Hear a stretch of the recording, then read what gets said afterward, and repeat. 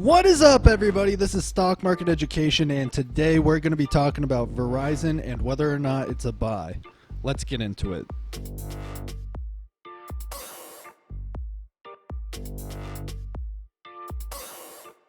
Verizon is a communications company. If we take a look at Verizon's numbers, we can see that they have a PE ratio of 11.08, which is slightly undervalued when you compare it to AT&T's PE ratio of 14.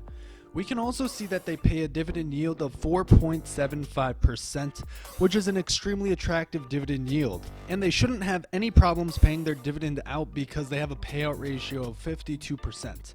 And they've steadily increased dividend payments over the past 3 years.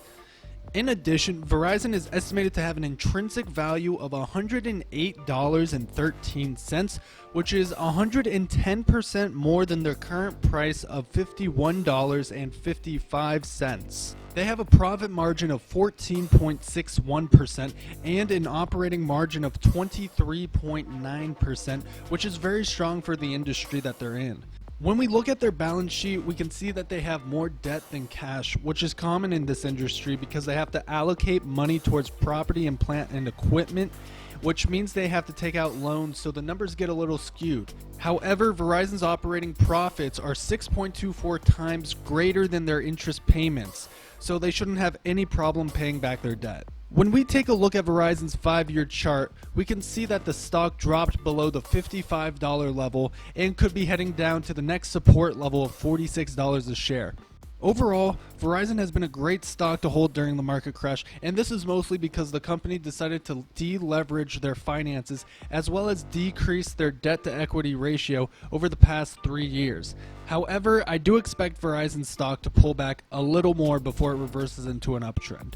And if we take a closer look at the relationship between the stock price and the stochastics indicator, we can see that there's a divergence pattern, which is when the price makes lower lows and the stochastic makes higher lows, signaling the downtrend is coming to an end.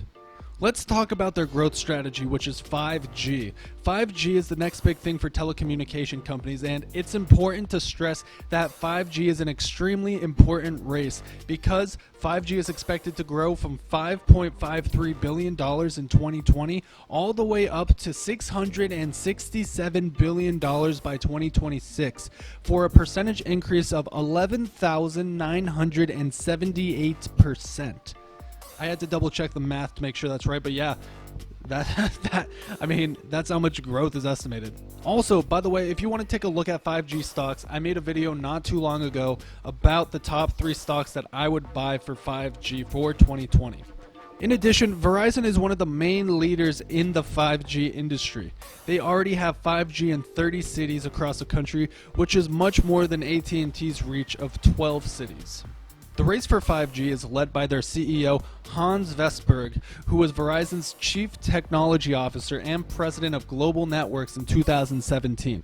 And this part is very important. It says, before joining Verizon in April 2017, Vestberg served for 6 years as President and CEO of Ericsson, a multinational network and telecommunication equipment and service company headquartered in Sweden that provides 34% of the world's 2G, 3G, and 4G mobile network infrastructures. So they have a CEO who has an extensive background in telecommunications infrastructures who's leading the way to dominating the 5G industry.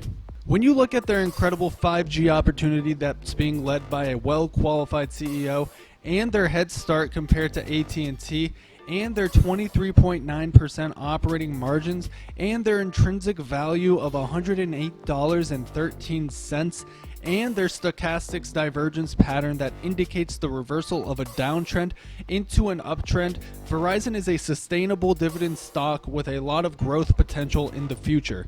Thank you guys for watching the video. Like and subscribe if you want to see more videos like this one, and have a great day. Bye.